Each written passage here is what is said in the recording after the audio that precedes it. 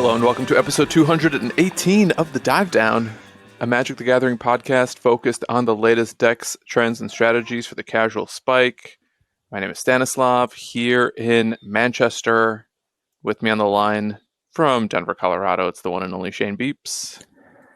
Stanislav, hello. How are you, my friend? I'm doing great. Happy Easter. Oh yeah, it is Easter.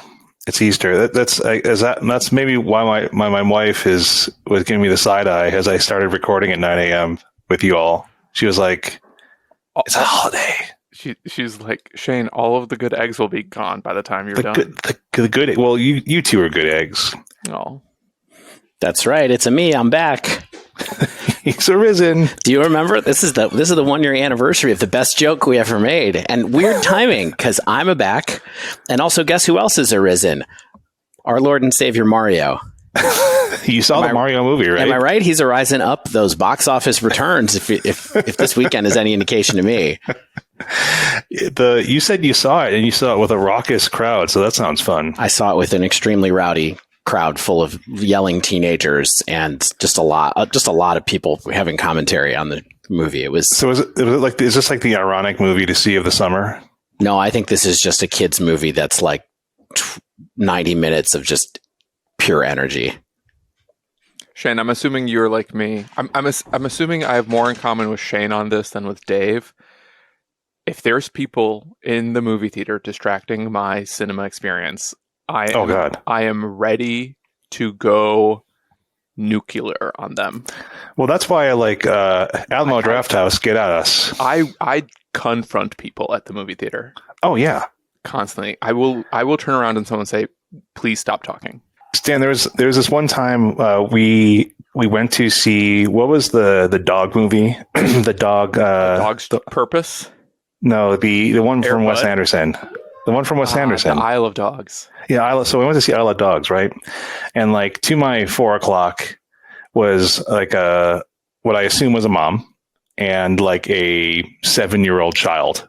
I think they must have assumed that this PG-13 rated Wes Anderson movie was for children because it featured animated dogs. Yes. Throughout the movie, this lovely child, of course, was confused by what was going on the screen. And so, kept asking questions to the mom, again, who I assume was the mom. And at some point, I just had to turn around and be like, "Look, are you serious right now?" Not to the child, to the mom. But it was because she kept answering. She wasn't just like, she wasn't just like, "Please, we're at a movie theater." Now I sound like a butthole, and I'm concerned about this. It's hard doing that to children. I don't think I would do that to a child. I would just quietly fume. But to an adult, I would, or a teenager, I would yell at a teenager. Oh yeah, all day. It's the only place in every the world one of them where us olds have power over teenagers, because otherwise they're scary. This is like our best old men yell at clouds intro I think we've ever had. Yeah. So David came in before we introduced him, but he's back, the Godfather. He's seen the light. I'm working on it. I'm in my new recording area, which is of questionable choice where it is, but it's more comfortable. And but my kids really want to play Switch in the next room, and so they're arguing. So, oh no, we were picking them up on mic. Uh-oh. Sorry, we're good now. Well, it's a Mario themed intro. It is perfect for them. But what are we doing this week? Well, on this week's show, Dave, you've returned to tell us about the actual good cards in March of the Machine, the ones that we skipped over last week. Not so sure about that, but let's see where the day goes. Well, I think we should just spend the entire episode talking about this cycle of rare lands that is all of the buzz. The cycle of rare lands that does not exist in this set? Am I right? But first, some housekeeping. Shout out to the newest patrons to join the Dive Down Nation. We've got Jake B. and Alfredo F., as well as an increased tier from King Bass of Netherlands, who supports us in euros. I don't want those. Yes, you do. I'll take them. They're fine. Stan can use them. We'll take them. We'll take them all. Australian dollars. We'll take whatever you got. Italian lira. Doge. Do we still accept Doge? Only for pizzas. Okay, good. So we did something interesting on the YouTube channel last week, thanks to Dave, who put in some extra time into the podcast. we made the episode of our first round of spoilers into a video where you can actually watch me and Shane talk about them, and then we have like very sexy overlays of the cards that we are discussing. Yes, importantly, overlays. Yeah, and we're going to give it another try this week with this art, with the three of us, with the card art this time. So if you're listening to this on Spotify or iTunes or wherever you listen to podcasts now and you want to see the cards, go check us out on YouTube. Give us a follow on YouTube. We're giving YouTube a little bit of a shot here, see if we can bring some more listeners over to there. So go check it out if you want to. Can't guarantee we're going to do it forever, but we're going to give it a try because I find it intellectually engaging to see how easy it is to see how easy we can make it to make a video. Mm-hmm. Maybe it's not for every episode. Maybe some episodes will have the videos, other episodes will just have the standard art over sound, as we've done historically. Exactly right. Who knows what the future holds? I certainly don't, but I can tell you that you can support the show on Patreon. Over at patreon.com/thedivedown. You can also support us by buying stuff. More stuff to buy, always. There's always more stuff to buy over at thedivedown.com.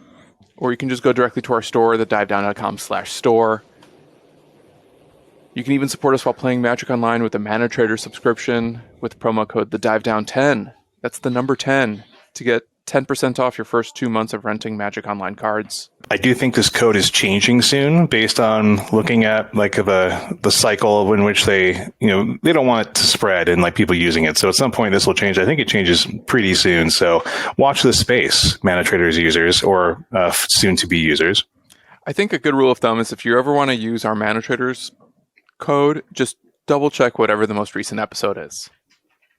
Or maybe our Twitter, maybe the pin tweet. The website, the Twitter. Yeah. Try to keep it updated. You can also use our promo code over at Barrister and Man. The Dive Down 2023 gets 15% off your first order of fragrances, shaving soaps, body soaps, and more.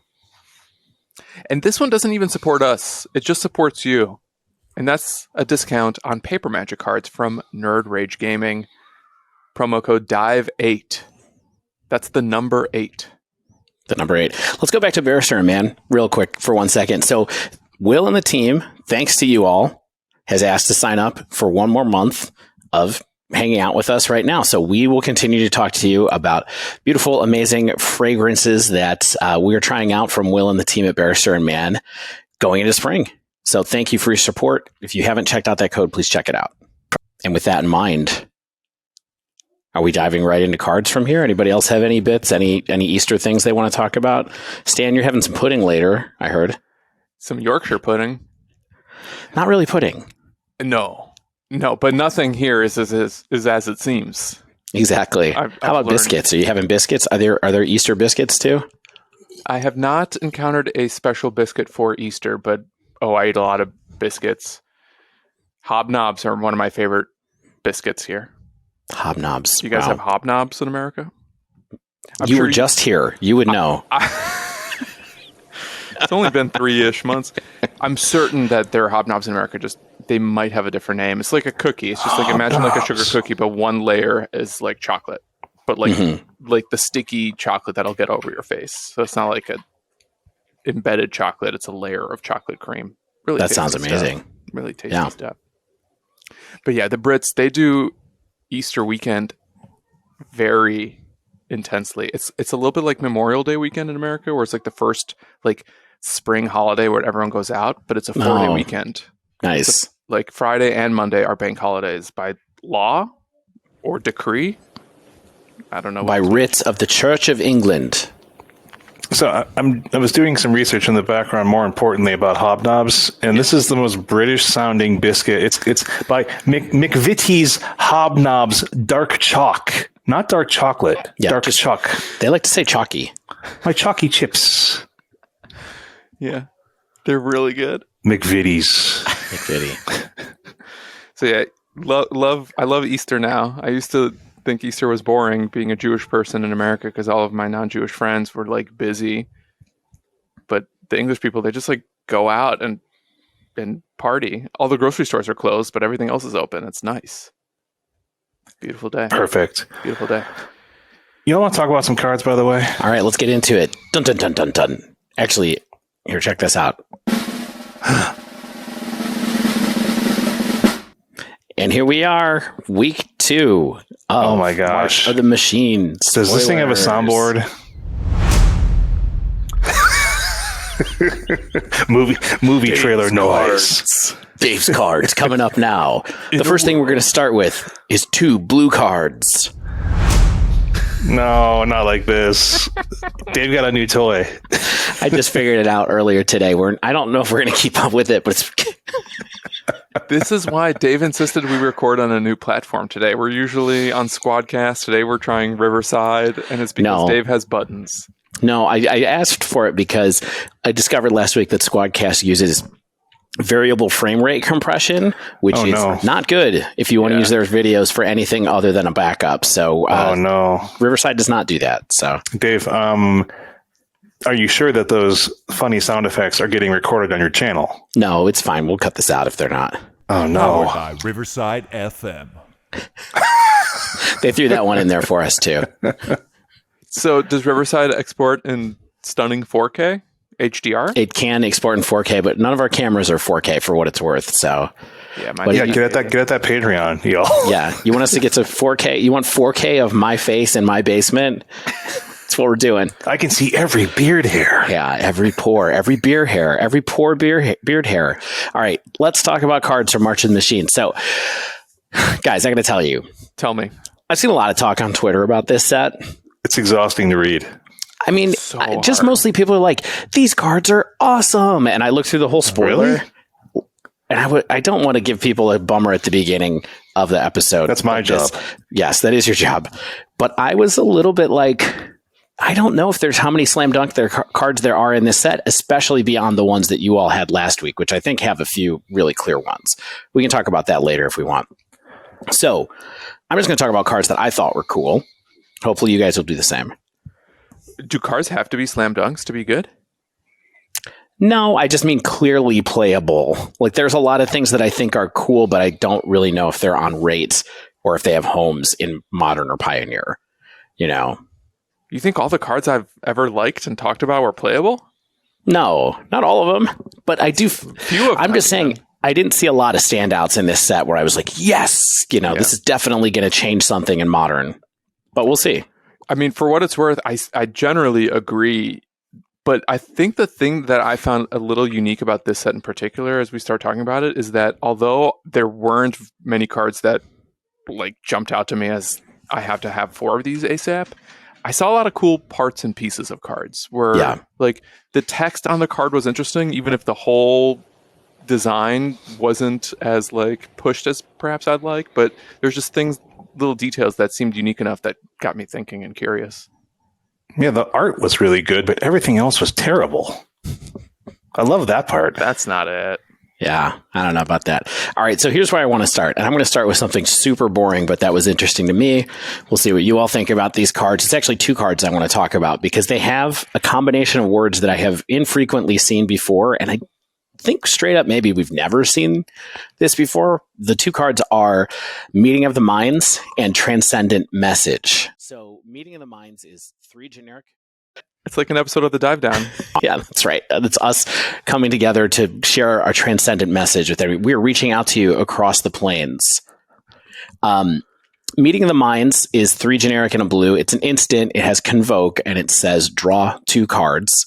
And then Transcendent Message is X generic, blue, instant, has convoke, and says draw X cards. So I did a little Scryfall search.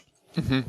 There's not really anything that has convoke that fits exactly just like convoke draw cards, especially at instant speed that I saw. There are some that kind of let you get card advantage, but this is kind of new. I think part of it is because we haven't had convoke in blue a ton in the past, which is also interesting about the mechanic. But the one that's clearly the most interesting to me, honestly, is Meeting of the Minds, though, which is just the 4 mana, use convoke to draw 2 cards at instant speed. This just seems like home for me in a couple of different places. In Modern, I actually think that there's a chance that this could be, is this going to be better than Thoughtcast? Or maybe you're going to play 10 casts in that deck? I mean, I don't think it's better than Thought Monitor because Monitor comes with a body, but this being able to basically pay off the same way as you are in Affinity, draw 2 cards at instant speed instead of at sorcery speed for 1 less mana value. I think there's a possibility that this could go in that kind of build.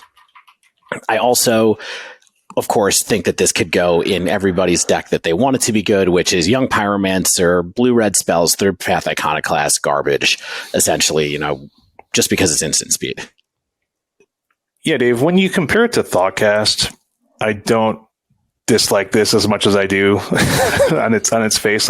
Convoke stuff has always been surprisingly fair, right? Because typically the floor is not great if you're not already having creatures on the board. And if you're already having creatures on the board, it sort of just lends itself into sometimes a win more situation, right?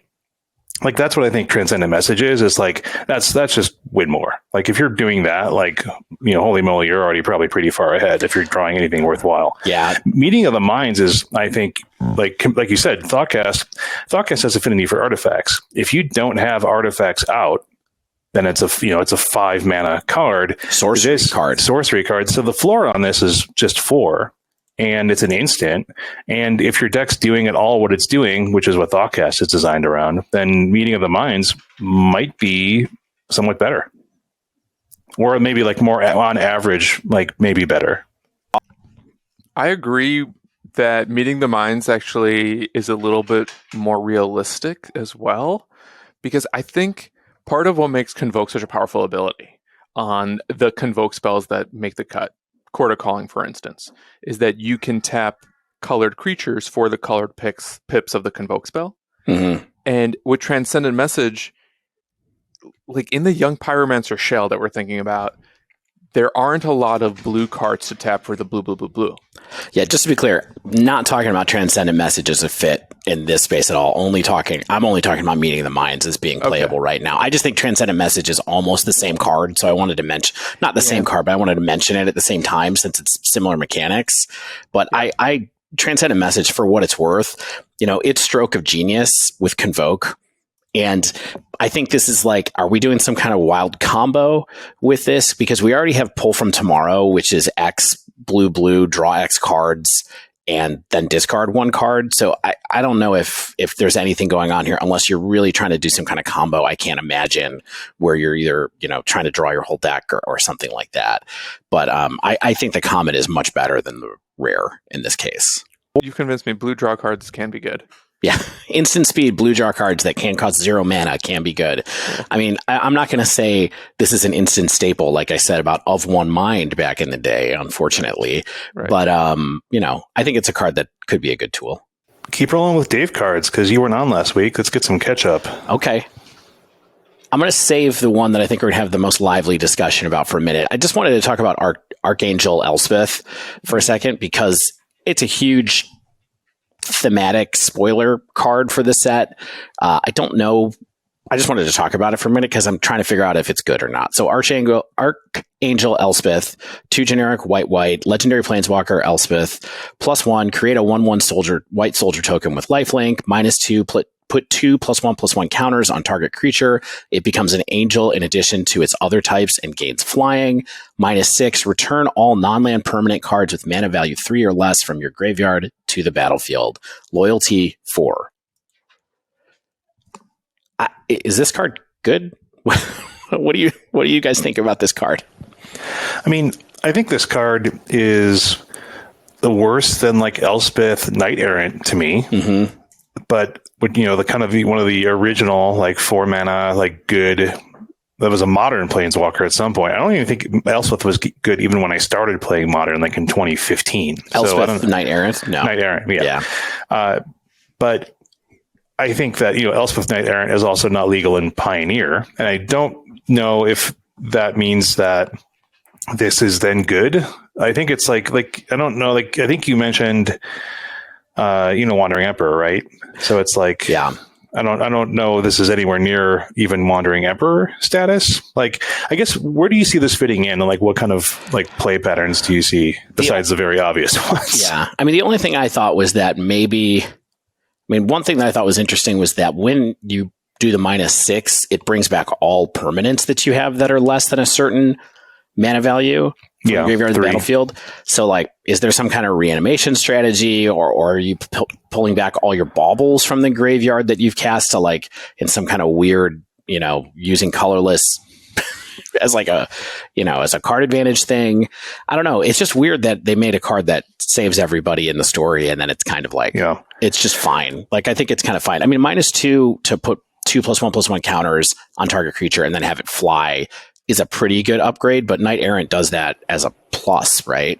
Basically, yeah. Yeah. So, I don't know. Maybe this card is just not good. Stan, do you have any thoughts about this?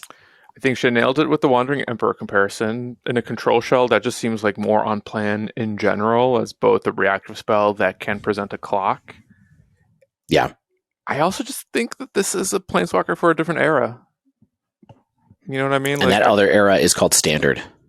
Yeah, maybe. I just don't see... I looked past this one because I just didn't see the obvious application of, like, what's a deck that would both want to work up to that ultimate that can also play a Planeswalker. Yep. Totally agree. Yeah, it's unfortunate, especially since the art is sweet. Actually, on this one, I'm like, that is a great, cool Elspeth Angel picture, but nope. I mean, all right, how about another convoke maybe spell? It'll make the cut. Nope. We'll find out. The comparison to old Elspeth and the Wandering Emperor specifically, I think, kind of like are problematic. Outmodes it. Yep.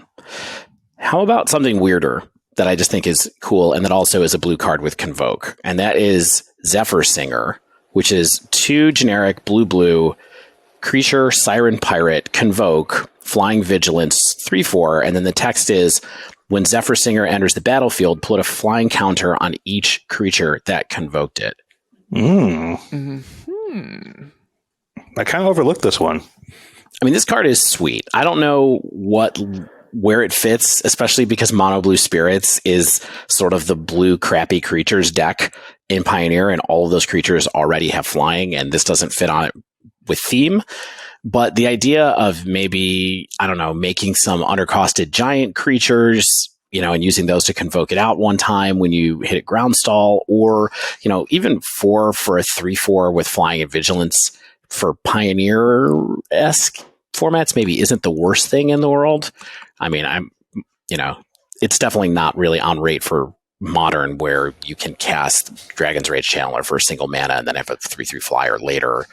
So, I don't know. I just thought this was interesting to be able to potentially give your whole team flying at some point when you convoke with it. It also made me think of Siren Storm Tamer. Do you know that card, which is like the counterspell on legs, the 1/1 flyer for 1 that's a pirate as well. I kind of wondered if there was just maybe a different take on a mono blue deck that could take advantage of this other than spirits. Yeah, that's the question, right? Is like, this is kind of more in the potentially sort of winning more thing, where it's like, I already have creatures and then I'm going to use them to cast a better creature, so like it's actually on rate. Like, even in Pioneer, right? Like, this is like a 2.5 mana card, right? Like 3/4 flying vigilance. So like, if you're paying even 3, I feel like you're moderately overpaying. If you're paying 3 and then you give like a ground pounder flying, like, let's say this goes in like even a, this would be really hard mana, but like some kind of Simic deck, like Simic Stompy was a thing in early days of Pioneer because you had Oko. Right. And so you could do something like, what's a beefy green creature? Let's say, Steel Leaf Champion. Somehow you had 3 green mana and then blue mana. Who knows, right? But then, you have a flying 5/4 that can't be blocked by probably most spirits on the other side of the battlefield. So that's pretty sweet. But again, that's living the dream. Yeah. I don't know. It's super vanilla, but I just thought it was a cool card. I like that it has flying and vigilance. Wow. Me too. I've always been attracted to cards with flying and vigilance. Dave's like, Sarah Angel. Yeah. Hey, I did just talk about Elspeth as a Sarah Angel, and now I'm talking about a card that is Sarah Angel, kind of. And there's a battle I want to talk about later that flips into a Sarah Angel. We can talk about that too. Not really. We're not going to talk about that one. All the Sarah Angels. Give me mono standard Sarah Angel deck. Spoilers, I did find some cool battles. There's so many of them. Okay. Not so many cool ones. There's so many battles. You have to find the cool ones. There's a lot of battles. All right, let's switch to that after we talk about my last card that I really wanted to talk about, which is Khenra Spellspear. Oh, I knew you were going to have to bring this one up. I wanted to talk about this card. It's a generic and a red. On the front, it is a creature, Jackal Warrior with Trample. It has Prowess, Hearts, and then it has an activated ability that is 3 Phyrexian blue mana, 3 generic and a Phyrexian blue mana, transform Khenra Spellspear, activate only as a sorcery. There's a whole cycle of these flip cards, or there's a lot of them that are kind of like things that live on the planes that get corrupted. Then the backside of it is Gitaxian Spellstalker. It's blue and red. It is a creature, Phyrexian Jackal, with Trample, Ward 2, Prowess, and it's a 3/3. When did they? Was this part of like the full spoiler? Because I completely missed it. You didn't see us arguing about this a few days ago? No, it was great. Probably happening while I was asleep. Yes, as many things that you are fortunate to miss do. Me being a grump. Yeah. And everyone else being like, this is sweet. So here's the thing about this card. This is the only card in Scryfall that has Prowess and Trample. I think that's the only reason that this card is probably still decent, because the front side is pretty good. Yes. Because it has Prowess and Trample. If the backside was the only thing that had Trample, I would not be talking about this card, because we have seen so many Ophi cards that do nothing, that are 2 2s for 2 or 2 1s for 2 in the Prowess deck that have Prowess, but they don't really do anything else. I'm looking at you, Abbot of Carol Keep. I'm looking at you, Blood, like Heartfire, such and such. I'm looking at you. Is it the Bloodfire Emulator? Bloodfire Emulator. Yeah, like there's so many 2-drops that people try in these Prowess decks. Sprite Dragon is a good card. Stormwing Entity was a card that I had a lot of fun with for a long time. Third Path Iconoclast, if you want to go a different way with how the deck works, you can do that as well. That's kind of like, I don't know if this card stands out enough to get over the long history of mediocre 2-drops that end up in Prowess, but the fact that it has extra evasion on top of it, has 2 toughness off the bat, I think is also a little bit helpful. When you think about it in a modern context, it makes it a little slightly more attractive, because you can play it with 2 mana and not necessarily feel like you're going to get destroyed by Wrenn and 6 if you play Sprite Dragon. So there are some credentials with this card. And then the backside is sort of like something that you can do with your mana when you run out of cards, because you do run out of cards in Prowess. And so being able to upgrade a creature and then attack in can be pretty helpful. Not only is it something to do with your mana, but I think this makes it like a pretty good late game draw. Yes. If you're thinking about something like Prowess and you are on turn 5 or 6 and then you draw a Soulscar Mage, that can feel like the worst thing to like either get you back into the game or even close it out. Whereas I think like this, it comes down and it's a 5/6 mana 3/3 Ward 2. That actually looks kind of okay. And if someone tries to kill it with a lightning bolt, if you have one spell, if you have Gitaxian Probe, if you have Lava Dart in the graveyard, if you happen to have a Gut Shot in your deck, if you have a Become Immense, the card, you can save it from that really easily. And then they have to pay 3 for it. So it's really hard for their removal spell. So it's really hard for them to fire off another spell necessarily to try to do the 2 spells in a turn thing. Mm-hmm. So I don't know. Like, I will definitely try this card in Prowess. I don't know if it fits with what Prowess is in Modern right now, in particular, which is that kind of like, we're going to fill up the graveyard, then we're going to bolt you to death by abusing Underworld Breach. Maybe this is something that has a little bit of power in Pioneer and the blue-red Prowess deck that keeps coming and going in Pioneer too. But doesn't the Trample make the Breach for value turns better? Because sometimes you have to breach for value to just like rebuild your hand or kind of reconstruct some sort of plan. And now the Trample can actually help convert that into damage. Yeah. In a way that like other Prowess cards like can sometimes, ideally they convert cantrips into damage, but like sometimes they get blocked by just like jump blockers and Yeah, tokens. yeah, exactly. And that's why you wanted Stormwing Entity, or why you wanted, Sprite Dragon in your deck, so you can fly over. But, Storming Entity's setup cost is pretty high, and the payoff isn't as much as it used to be, given that there's a lot of removal that kills it these days. No problem. Unholy Heat, Leyline Binding, all those kind of things. So, even though this card dies to those things as well, the Ward 2 makes it a little harder if you manage to flip it, but also it's just a 2 mana investment then. It's not 2 mana and a card that you had to play, or like you had to contort your deck to do it. And then, like you said, Sprite Dragon, I go back and forth on Sprite Dragon. Sometimes I think it's amazing. Sometimes I'm kind of like, this is just fine. Like, Sprite Dragon rules. Yeah, I don't know. The best dragon. Certainly the cheapest. But maybe this is the card that I feel like has the best chance of being something out of all the things that I've mentioned today. I don't know. Meeting the Mind seems pretty good too. But anyway, those are the cards that jumped out to me right away. And then I have a list of some other combo-y type cards that we can talk about later on. Okay. I found a cool battle. Can we talk about a cool battle? Yes. Yeah. Invasion of Gobakhan. I have never heard of this plane. Do you know what plane this is from, Dave? It's fake. I think it's one of the ones that's never been mentioned before until now. There's a bunch that have never been mentioned until this set. So the Return to Gobakhan set, I didn't miss it or something like that. We're going to go to Gobakhan. We're going to go Gobakhan very shortly. All right, this is a 1 and a white battle siege. When it ETBs, look at target opponent's hand. You may exile a non-land card from it for as long as that card remains exiled. Its owner may play it. A spell cast this way costs 2 generic more to cast, and its defense is 3. When you flip this, it is Light Shield Array. It's an enchantment. At the beginning of your end step, put a +1/+1 counter on each creature that attack this turn. You can also sacrifice it to give creatures you control hexproof and indestructible until end of turn. It has 3 defense. The flip snowballs incredibly quickly and gives you protection for your creatures. If you want to sacrifice it, doesn't cost anything to sacrifice. It seems pretty good. I guess my only real question is, like, is the front side worth it when it's not on a body? Like, you know what I mean? Like, you don't get Apollo out of it. That's also like, what, a 3/2 flyer or something like that. I see this as maybe sideboard, like, because you don't want to really put this in your aggressive creature deck, probably, or like your disruptive aggressive creature deck, like mono white humans. But I think the ability to snowball and the ability to give your creatures hexproof and indestructible on the flip is likely worth it. Yeah, the least spellbinder comparison is interesting here.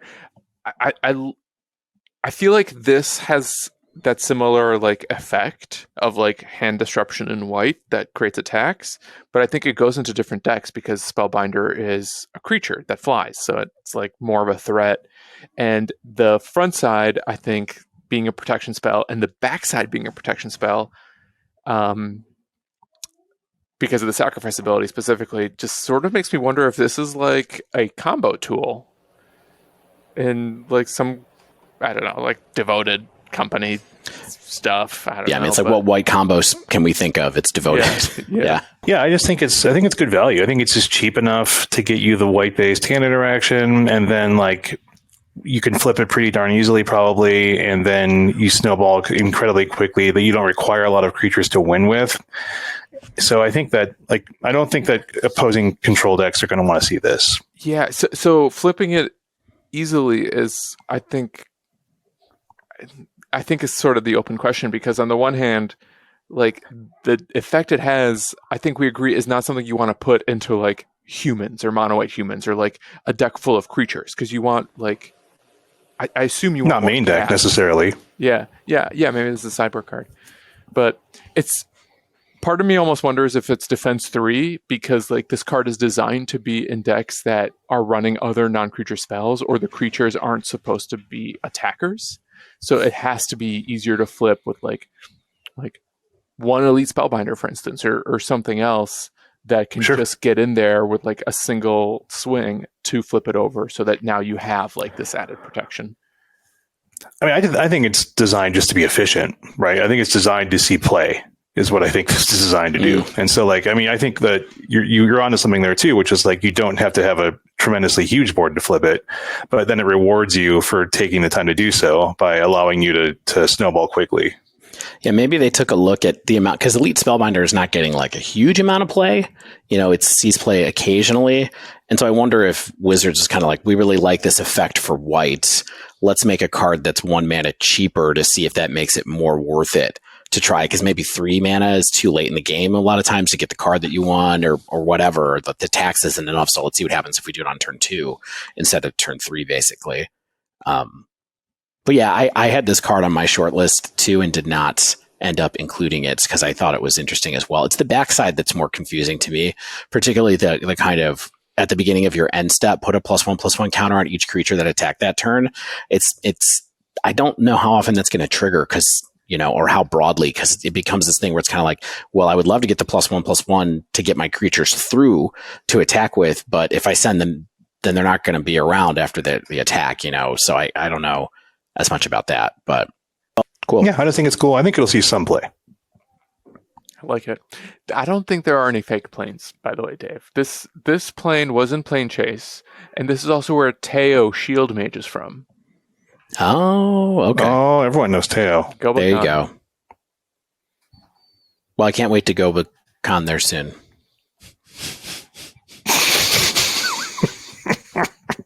Stan, what do you have? What do you have? I would actually talk about this new Urabrask. The first good Urabrask. Good, because I put it on the list. I don't know if it's great, but I think it's fun. I would have put it if you hadn't.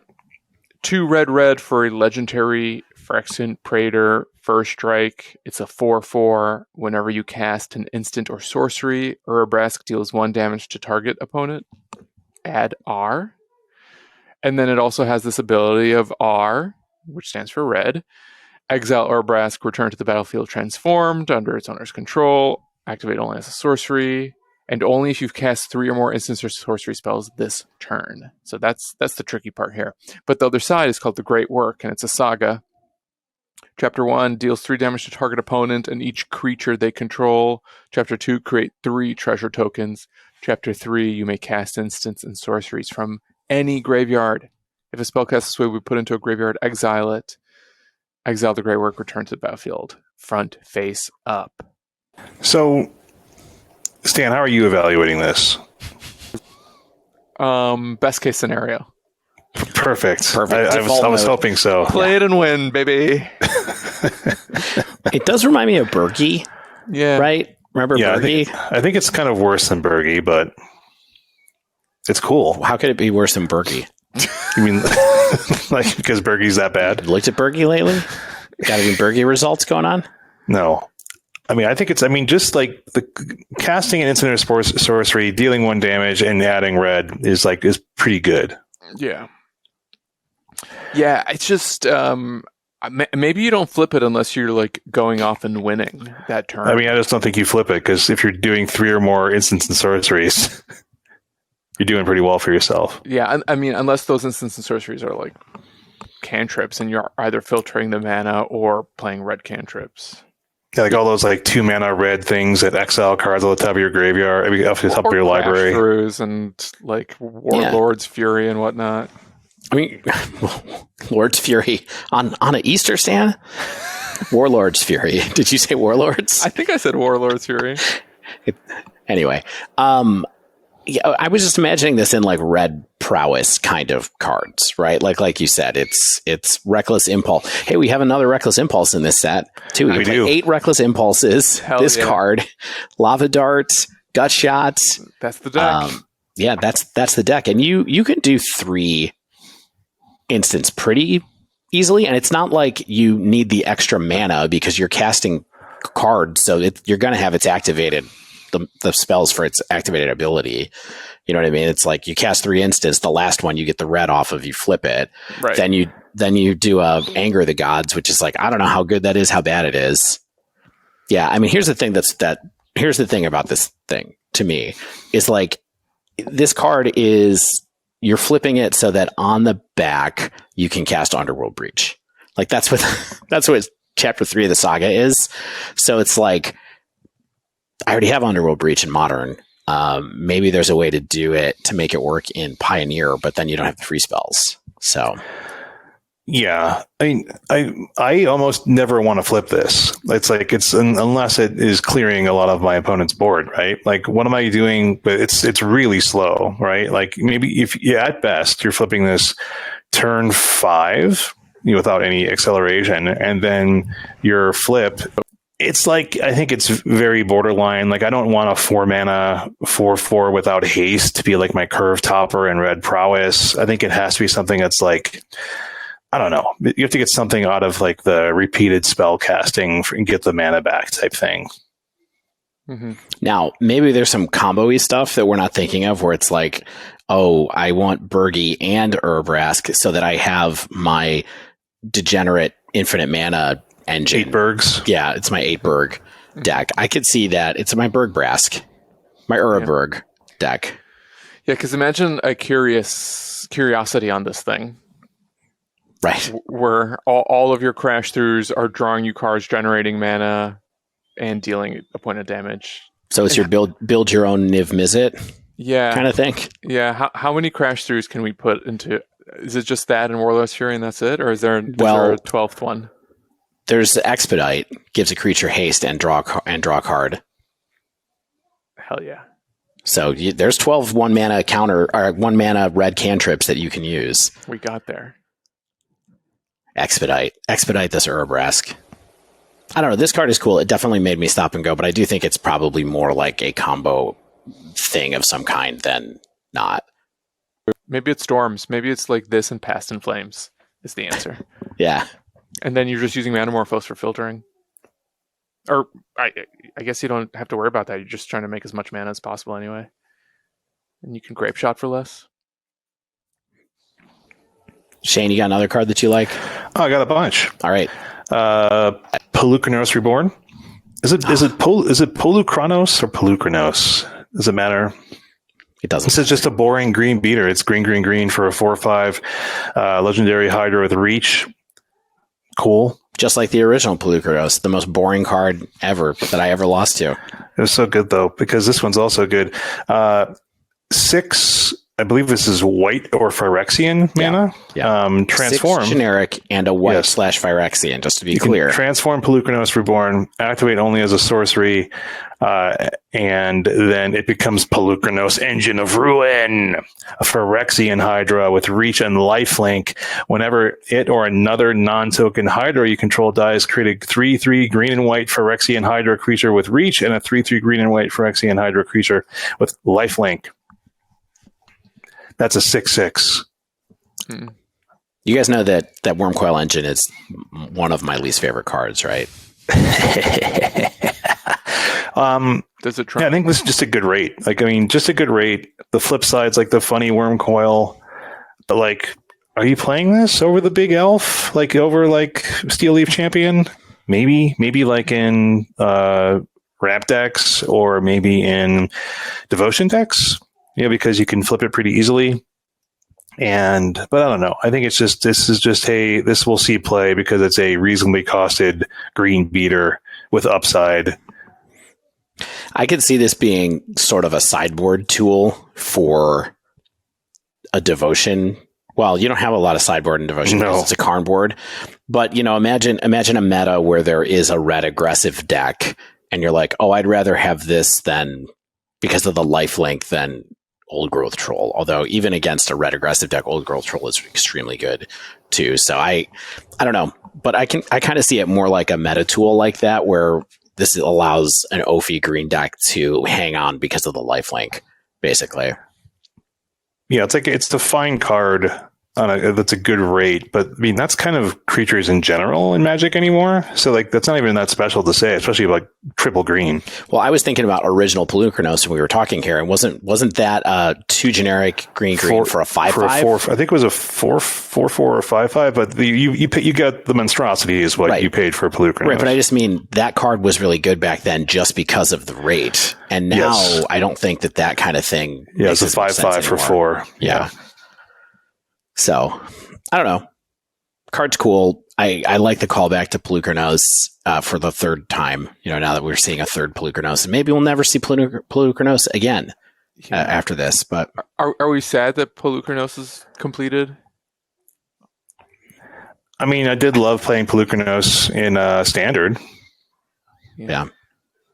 But I do think that this card could In end the up. arms of an angel, fly away from here.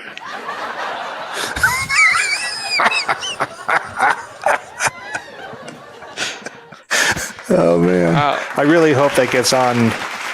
I really hope that gets on your channel, Dave. I mean, I've got more, but I mean, I feel like there's a lot of Shane cards. Dan, do you have anything from last week we didn't talk about that you wanted to get to? Oh yeah, can we talk about Sunfall? 3 white for a sorcery. Sure. Exile all creatures. Incubate X, where X is the number of creatures exiled this way. So you create an incubator token with X/1/1 counters on it. Pay 2 to transform this artifact into a 0/0 Phyrexian artifact creature. 5 mana is a lot for a Wrath. Sure. Why pay 5 when you can pay 4? But this is an exile Wrath, and it leaves behind a creature. And usually when you have Wraths that leave behind creatures, it's always like each opponent picks one thing, and then you hope your one thing is bigger than their one thing.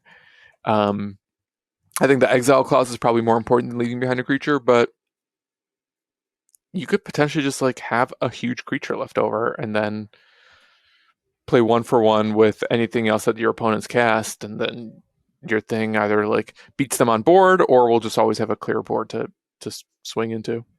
There's only a couple of other cards that have text like this on them that are just white for what it's worth. So there's Final Judgment from Betrayers of Kamigawa, I think. This is a Kamigawa that has the little like ninja star as it, and that is a 4 white. And then there's Farewell from, there's Farewell, which we all know well, and that costs 1 more mana, and that says exile all artifacts, all creatures, all enchantments, or all graveyards. And so you're able to do as many of those modes as you want for 1 more mana. I do think that the leave behind a creature thing is always pretty interesting because it becomes a little bit like Cataclysm, where you're like, okay, if I can get ahead, get a creature, come back, like be able to hold it down, and then I can attack after the Wrath. It's interesting. It's tough to build a whole plan around it, but it's a nice thing to be able to have as a control deck where you get a win con immediately after a Wrath.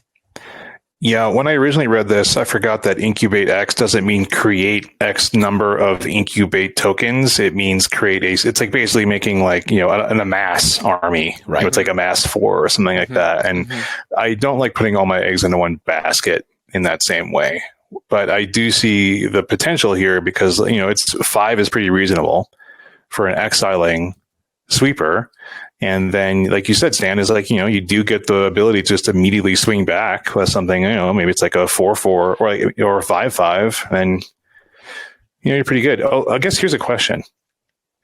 Here's an answer. When you transform it, does it have haste? Because you didn't control that thing. So it's not, you can't just flip it the next turn and swing with it, right? You have to own it the turn, like at the start of the turn. Yeah. Well, wait a second though. When you it says transform this artifact, so like is that Phyrexian artifact creature the same thing? I'm going to try to check really quickly while we're here, but Tanner, buy us some time. When you flipped, I was going to say when you flipped Awaken Horror, that attacks right away. That's right, because it doesn't leave the battlefield. A transformed entity. It's always there. I think you can swing with it. Yeah, I think it would be pretty bad if you couldn't swing with it. So right. Yeah, you can't swing with it the turn that you Sunfall, but you can do it the next turn. Yes. Yeah. And so anyway, I think it has potential. Dave, I appreciate you bringing up Farewell. I overlooked that card, and that is a card that sees play. Like, I have faced Farewell, and I don't play Standard. So yeah, it's a good card, especially for the top end for a control deck to be able to have like a reset button for whatever they need. Right. But this is a little faster, and you get a win con off of it. Yeah. Maybe you're good. Can I mention another one that we haven't talked about yet? That's fun. This is a fun card. This is the one that everyone's like, "Wow, that's fun," and that's Ancient Imperiosaur. In my Magic the Gathering, fun. Take a walk, Shane. This is the fun show now. All right. I looked at this card and I was like, let's talk about win more, but this card's sweet. Ancient Imperiosaur is 5 GG for a 6/6 trample, ward 2, convoke. Oh, what's this? More text? Ancient Imperiosaur enters the battlefield with 2+1/+1 counters on it for each creature that convoked it. Long story short, if you spend no mana on it, if you convoke it with 7 creatures, it is a 20/20. Trample, ward 2. Sure. Yeah, it's perfect. Perfect card. If not this, like, what can we have fun with? Like, you have to acknowledge, like, silly little trinkets that are like an exciting way to win a game or lose games because you're trying to make this fun innovation work. Like, maybe this is the fling card we've always wanted. Maybe we Oh no, I have that for you in a little bit. The fling card we've always wanted is not this card. Okay. Yeah. But there you go. Look. Yeah. Look, this is it. This is what I think Magic is really all about. But this is not something that you would want in Elves, for example, right? Like the clearest place you would put it, right?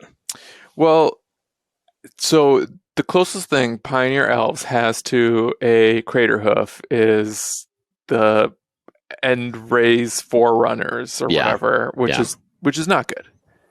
We've lost to it, but it's not good. Mm-hmm. And this does not like overrun your board, but Elves is obviously the deck that like can conceivably convoke this for 0 mana. Well, that's what I kind of want. I want the counters to go on the things that convoked it. Like, the card Dave brought up, which that would be sweet. Like, it's sort of a bigger payoff where like this costs 5 GG, but if you pull it off, all my creatures get 2 1/1 counters on them. That'd be sweet. There's a card in Ravnica, the most recent Ravnica set, like the cycle that does that. I believe it's a white card that costs 5. Doesn't Venerated Loxodon do that? I don't remember what it's called. I think it's but I remember playing against it. Yeah, Venerated Loxodon, it's a 4 and a white convoke for 4/4, and when it ETBs, it puts a 1/1 counter on each creature that convoked it. So it kind of make it just like a larger, greener Venerated Loxodon. Larger, greener reverse one, right? Well, I mean, I'm saying that's what I would want it to be, and it's not even that. So it's kind of like eggs in one basket thing here. Yeah. But it does have ward 2. Yeah.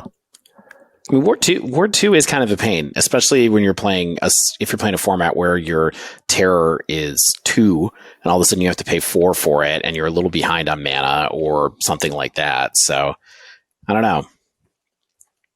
It's a cool card. I love it, Stan. I hope it gets used as something. Yeah, I think if it gets used for something, that's a good thing. Like these are the cards we want to be successful because they're so silly and innocent. That's what we want. Silly innocence. And look, hey, to your point, to your 4 mana terror point, like you're spending 4 mana to kill one thing. They theoretically have 7 other things still around that you have to worry about too. All right. After all those cards, y'all, I need a quick grooming break for myself. So let's head on into the ad break and we'll be right back. Dave, Stanislav, you know what I don't like? Paying full price for things? Well, I don't like paying full price for things, and I don't like tax day because I have to do my personal taxes. And taxes. I don't mind paying them. I just don't like doing them. Let's be very clear. Guys, what are you waiting for? I did my taxes like a year ago. That's a good one, Stan. That's a good one. What, do you think you move away and you don't have to pay taxes anymore? That's not how that works. Yeah, Foreigner, a citizen working abroad. Yeah, I really need to. One of these days, I need to know how this works for you, Stanislav. But first off, Stan, I know where you're going for because Barrister Man does have a few products on sale. Yes. And there are ones that I really want to buy, including the Atomic Holiday Aftershave Splash. I love Atomic Holiday. I think it's an amazing scent. It reminds me of one of my favorite out of production colognes, and called M7 Fresh. And I'm definitely going to buy it because it's the closest I'm going to get for a while for $7.49 for a big bottle of aftershave splash. So that's dope. It's such a good deal. You are saving $12.50 American. Yeah. And Maryland aftershave splash for half price. Yeah. And that's a good smell too. Those are really nice. These bottles are huge. Unless you're shaving. They will last you forever. They're going to last you a while. Yeah. Just keep in mind, This sale ends Friday. This show comes out Thursday. So you do have to buy it right away. If you want to do that, go now and check out barristerandman.com. And I'm going to be buying one of each, so you might run out of stock. But also the reason I brought up tax day is right around April 18th. So you get to celebrate paying your taxes as late as possible. Hopefully, you get the releases of some eau de toilettes of bay rum, cool, spice, and wave. Oh, a waves eau de toilette. I am definitely purchasing that as well. This is hype. Yeah, these are very nice. I have been enjoying the Just Right for a Tuesday, which unfortunately is sold out right now. But I also have Restocked. Getting restocked on Tuesday. Oh, it's getting restocked on April 18th. On April 18th. Sorry, I missed that was on the list. I'm just looking at the page right now. Yeah, but I enjoyed that one quite a bit. And also Romance in Middlesex County. Both of these are nice, light, romantic, springy scents for you. Yeah, very cool. So I'm looking forward to that for sure. I mean, that's like in 10 days. So I can just pick that stuff up as soon as possible. Yep. And if you want to pick this stuff up for 15% off your first order, if you have not gone into the world of Barrister and Man, use the code TheDiveDown2023 for 15% off that order. And that's Will, our buddy over at Barrister and Man, know that you heard about them on the Dive Down, and it helps keep our relationship with him going and helps keep this awesome small business going as well. So thanks for checking that out. And if you have already purchased from Barrister and Man, maybe some of your favorites are coming back on April 18th and then into May. There's more products coming out that we'll talk about later. So go check them out. All right, Stan, we had a tease a little bit ago about the perfect fling target. And I think we might have discovered it as well as an interesting new way to fling in this set. So I have 3 or 4 cards I would love to talk about quickly in an area of our Word doc that I called Weird Combo Stuff. Are you ready for Weird Combo Stuff thanks to March of Machines? Yes. Here's the first one. Voldaren Thrillseeker. This is 2 generic and a red for a creature, vampire warrior with backup 2. We haven't talked about backup much yet. I don't feel like we have, but this is a mechanic that when this creature enters the battlefield, put 2 +1/+1 counters on a target creature. If it's another creature from this one, it gains the following ability until the end of the turn. In the case of Voldaren Thrillseeker, that ability is 1 generic, sacrifices creature. It deals damage equal to its power to any target, and this is a 1/1. Okay. So in this set is a card called Multani and Yargle as well. That is an 18 power creature for 7 mana or something like that, 7 or 8 mana. So if you can Yargle and Voldaren Thrillseeker, you can put those 2 counters from Voldaren Thrillseeker's backup 2 ability onto Yargle, and it gains the ability to fling itself for 20. Mm-hmm. Is that easier? Is Jund it either has to have Jund mana, and then Yargle and Multani is 3, 5, 6 mana. Yep. So it's a big commitment. So I think you have to be cheating in Yargle. Yes. You have to be cheating and or searching up Yargle somehow. So you have to be getting Yargle into play and putting Fling in your deck. Yeah, I'm in. Yeah, I'm in. Right. I mean, I'm not thinking about this too deeply. I just thought it was funny. I do think that a backup is a cool ability that we haven't talked about too much. I think this is one of the ones that's the most interesting that it has, because it does give you that ability to convert a card that maybe isn't doing anything or a combo piece into direct damage for your opponent for not too much of a cost. And you can also, you can save it up. It's a creature-based fling, so you can search it with a creature tutor. There's lots of different things that you can do with this thing. So I don't know if that's the final shell, but I do think that there's something to this where, I don't know, if you're reanimating Yargle somehow, if you're persisting it, for example, then it's only a 19 power thing. But hey, maybe 19 is good enough a lot of times.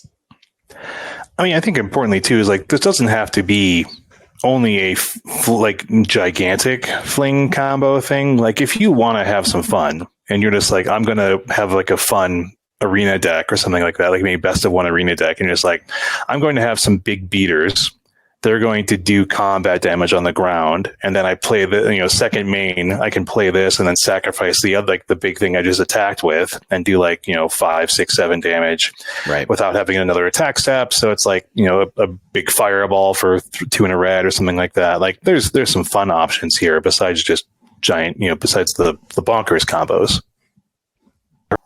I saw a combo that I thought was pretty interesting too. Not sure if it's as janky, less janky. But have you guys heard of Omen Hawker? That was the next card I was going to talk about, actually, Stan. You don't so please. say. Yeah. Well, let's talk about Omen Hawker for a second. It's a single blue for a Cephalid Advisor. It's a 1/1, and it taps to add colorless and blue. With the claw. Colorless and blue. Mm-hmm. Yes, it taps for 2, but it's not generic. It's colorless and blue. So this is a Soul Ring. But you can only spend this mana on activated abilities. Boo. Boo. Oh, it sounded so great. Well, I'm sure there's tons that you can do with this, but the thing I saw on the Modern Magic subreddit, and they actually may have talked about this on Faithless Brewing. I haven't gotten to it yet, but I know they talk about Omen Hawker in their episode 2 set review, or part 2 of their set review. But this goes infinite with Freed from the Real. Okay? Correct. So Freed from the Real is pay a blue to tap enchanted creature or pay a blue to untap enchanted creature. Okay, so you put Freed from the Real on Omen Hawker, and then you can essentially make infinite colorless mana. What do we spend that on? Walking Ballista, of course. Maybe other stuff. Emrakul, if you want. At that point. Nasty. If you're nasty. There you go. That's it. That's the show. So totally agree with this card. This card stood out to me as well. I'm not smart enough to know how it could be used, but that was the line that I found as well when I was poking around on Reddit. I found a post from someone named Teamertron and someone else named Wingman Bro, and then Wingman Bro for an Omen Hawker. Yeah, and then perfect. Dan from Faithless Brewing was also in that chat as well. Hold on, Dan from Faithless Brewing. Yeah, perfect. So I do know that they like it, like you said, Stan. I mean, I don't know. It's worth noting that Bloom Tender already went infinite with Freed from the Real, and those are cards that are already in Modern. However, Bloom Tender costs 2 mana to cast, and maybe it's a little more complicated to get that second mana in it, but it does. And so I don't know if it's going to be better because this is blue or if this is not really a thing. However, I think a creature that is a 1 mana Soul Ring that does mana in any form is probably something that could be abused at some point in time. I just don't know if we've quite unlocked exactly how it's going to work yet. This is one of those ones that I can't possibly rate fairly. Like, mana acceleration is always powerful.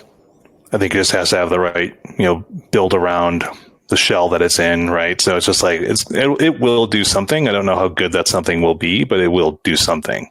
Yeah. Yeah. All right, I got another combo for you. Oh, wow, another one. And it involves another one of these greatest hits cards. And it's it's at least one card that I think we've all played with in the past. This is Kroxa and Kunoros, a Elder Giant dog, is the legendary creature type for this.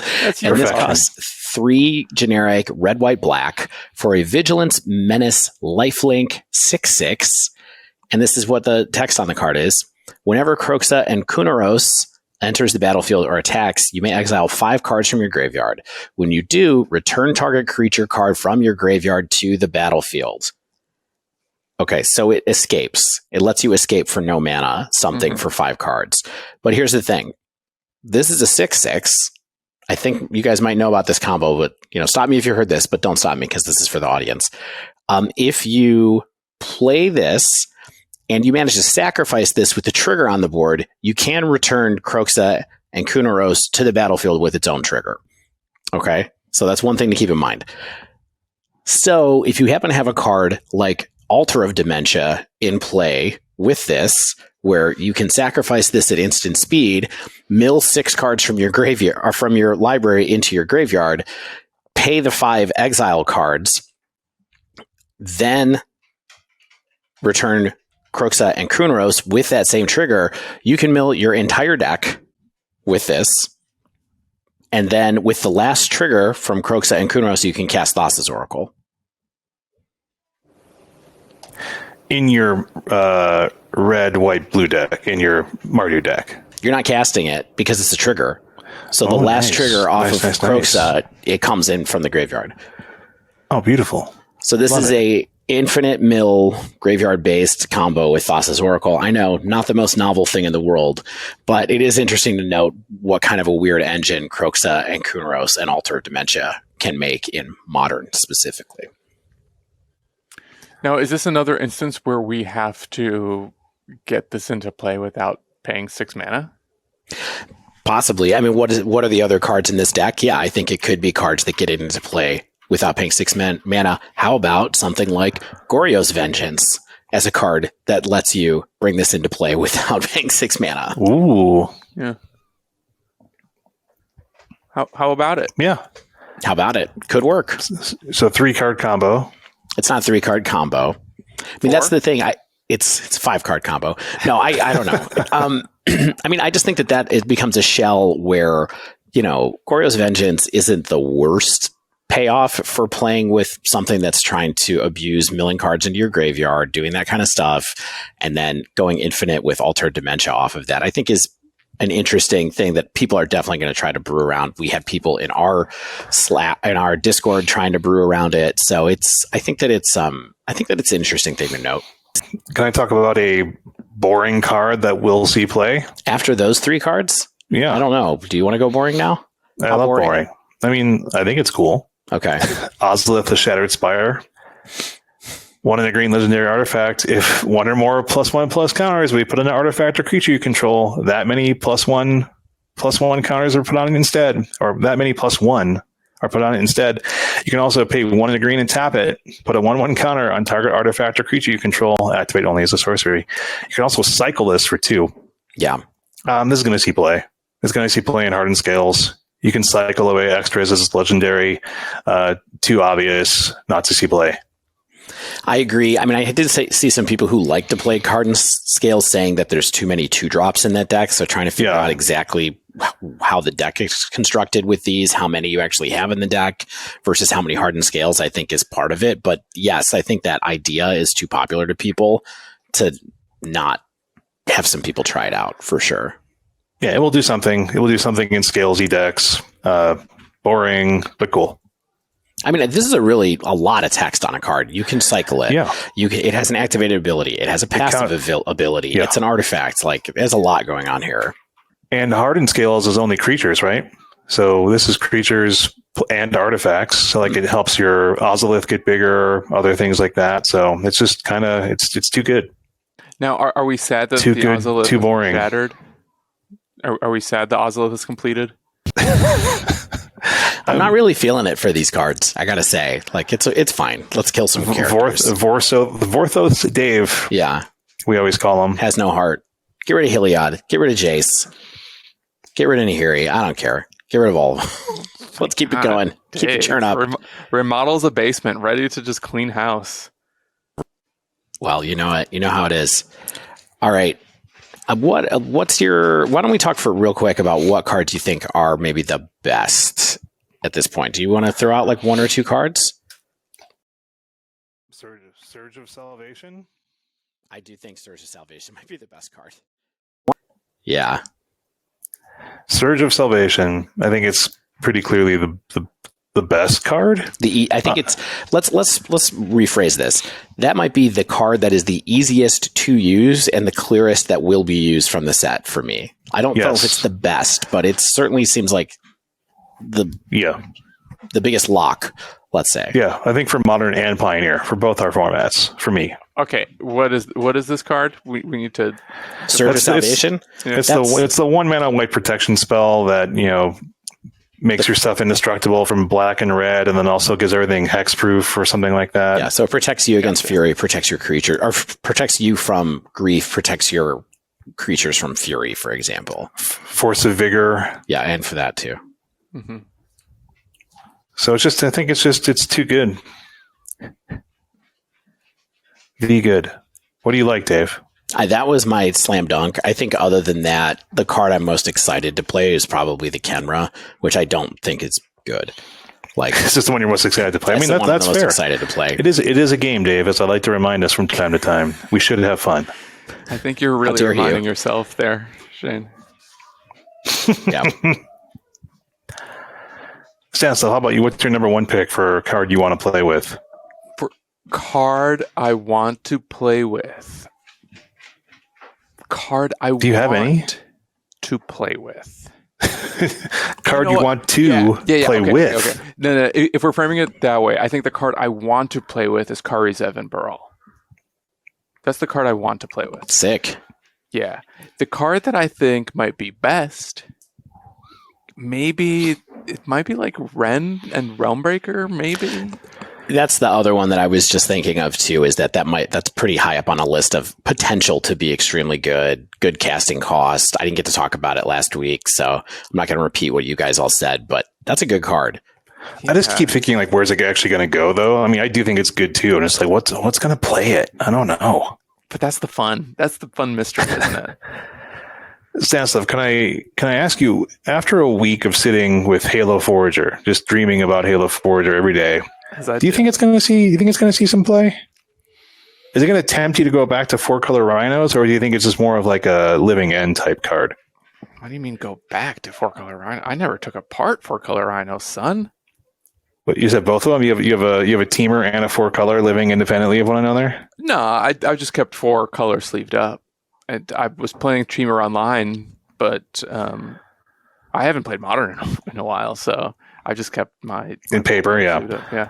I reverted my teamer, my 4-color back into teamer. And I got some new car. I showed you. I got some of those new the Infinity Shocks because I only had to get one of them. That's looking good. They're so beautiful. It's true. I was just checking really quick because there was some talk on Twitter over the weekend or earlier in the weekend that this card actually doesn't work when it's 0.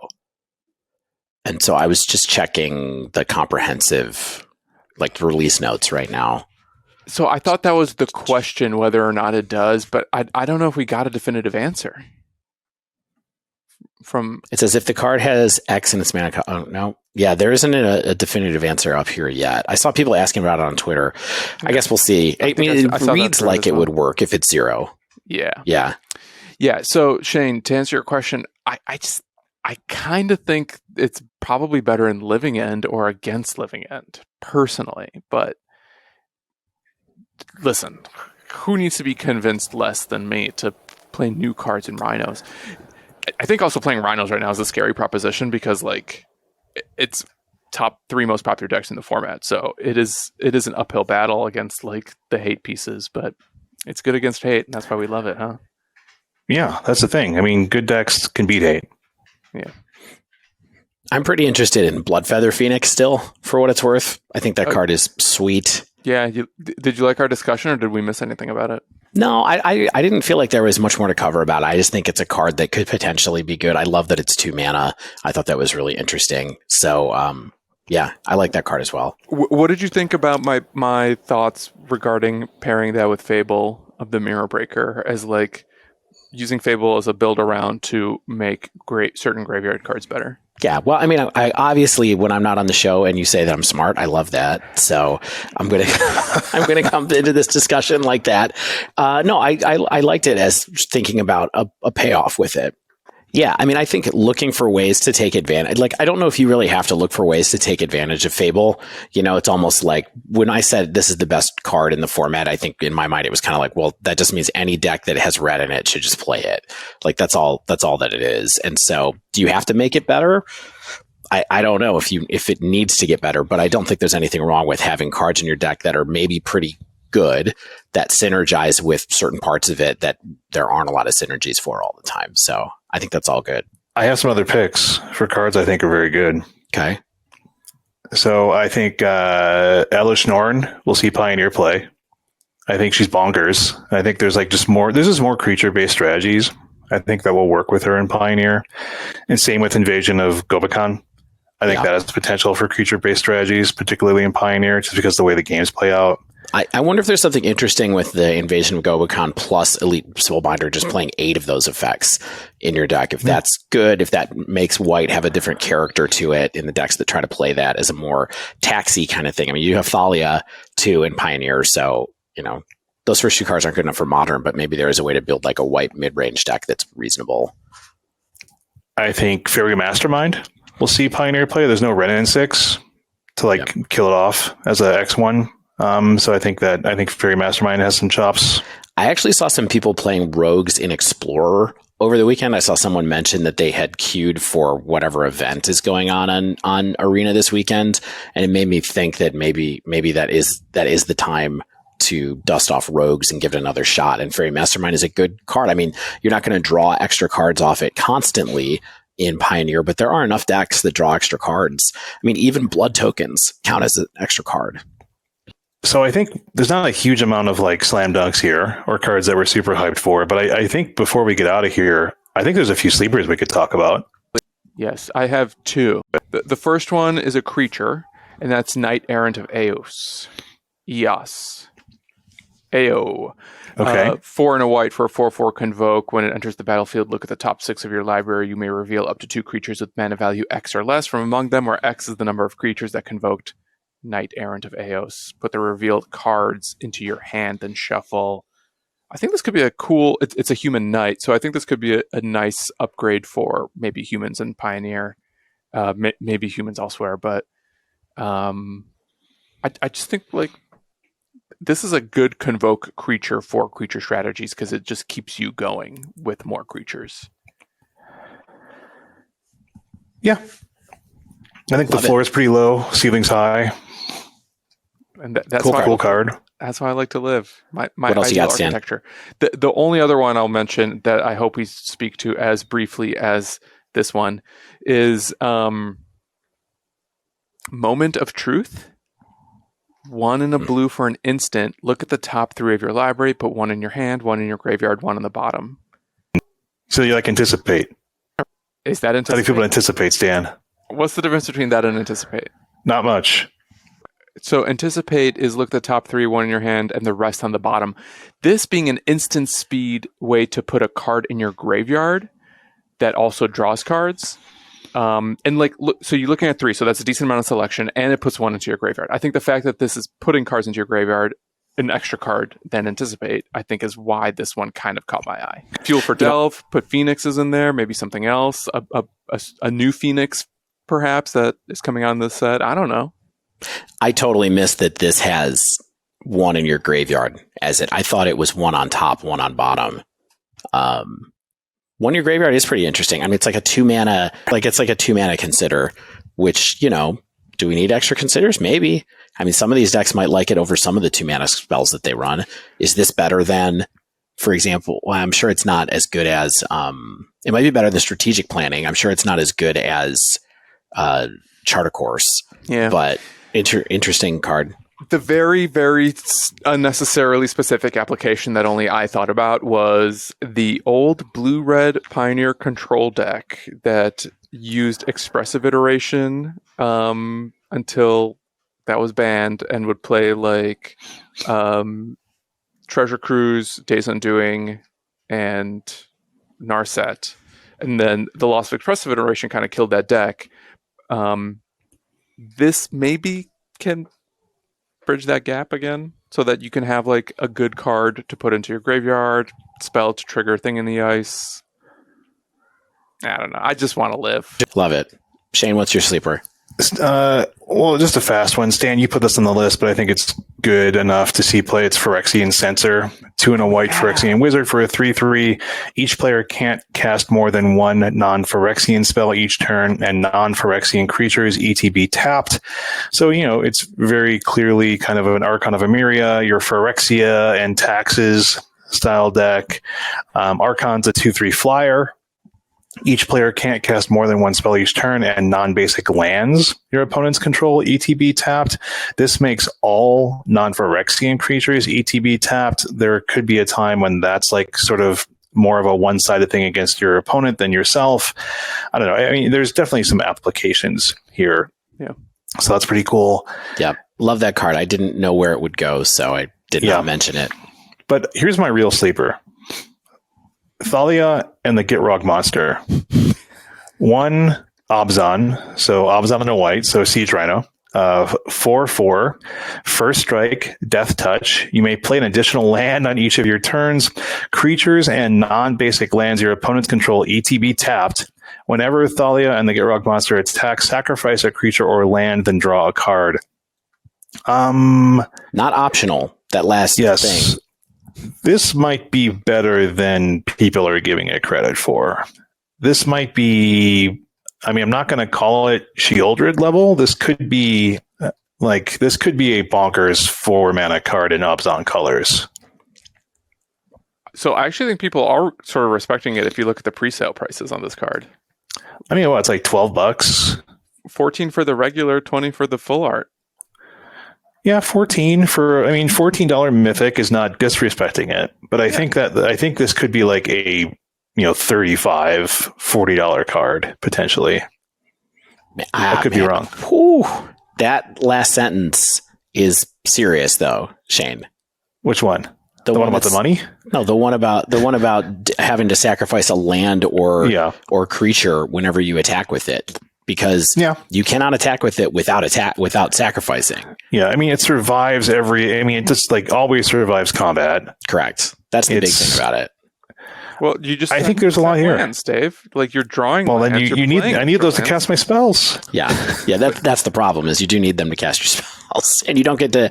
You can manage it, but it's a real cost though. But the card is interesting. Devin and I talked about it. I just think if this is the top of your curve at 4 mana, like maybe you can start sacking every 5th and 6th land that you play. Right.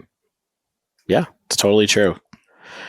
I mean, okay, I don't think it's like Shieldred level, but I do think it is I think it might be better than $14. The real thing is do we have an Obzon mid-range deck that is really going to play this? And who knows? Right. All right, can I give you a weird sleeper as our last card? Let's talk about the card that's going to be bad, but I think is interesting. Zimone and Dina, black, green, blue for a 3/4. Human Dryad. Whenever you draw your second card each turn, target opponent loses 2 life and you gain 2 life. So it's got a Shieldred trigger on it, kind of. And then it says sacrifice another creature, draw a card. You may put a land card from your hand onto the battlefield tapped. If you control 8 or more lands, repeat this process once. I was just like, wow, a 3/4 for 3 that rewards drawing extra cards the same and doubles up on your Shieldred triggers if you have a Shieldred in play. Sure, it's a legendary, but maybe you can start doing 4 damage when you start drawing cards to people. And then also you get to do this weird thing where you draw 2 cards later. Yeah. I looked at this card as well, and I thought it was pretty cool. Like it has, that's powerful. Whenever you draw your second card, you do the 4 life delta. Pretty strong. Yeah. And certainly worse than Shieldred or whatever, but being able to play it in a deck with Shieldred's not the worst thing in the world. Well, this was fun. I think I'm actually going to go to the pre-release for this set. So maybe next week, if I'm on, I can share some early reactions to just playing with the game pieces. Right. Yeah, I will say the limited environment looks fun. This looks like a fun limited environment. I very much agree with that. Yeah. Look, if you're going to pre-release in Manchester, please tell me where so we can talk. I'm dying to talk to humans. Not us 2 humans. Yeah. That aren't just talking to me for my brilliant marketing strategy. Exactly. Or because I know where the diapers are. Okay. Good up, boys. Friends, that wraps up this week's show.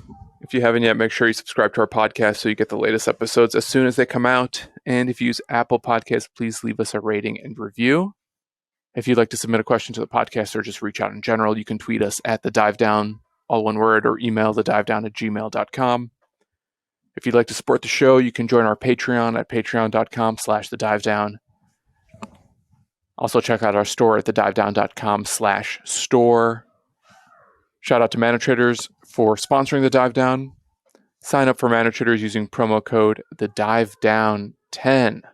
All one word. 10 is the number. To get 10% off your first 2 months of renting Magic Online cards. You can also use the promo code THEDIVEDOWN2023 over at Bear Stearns Man to get 15% off your first order on body soaps, fragrances, shaving soaps, and more. That's Bear Stearns Man. And then save money on some paper cards over at Nerd Rage Gaming with code DIVE8. That's the number 8 to get 8% off your first, or all of your orders there, really. DIVE8, NRG, do it. As always, special thanks to the bands Nowhere and Spaceblood for letting us use their music. And until next week, get out there and march with Machine!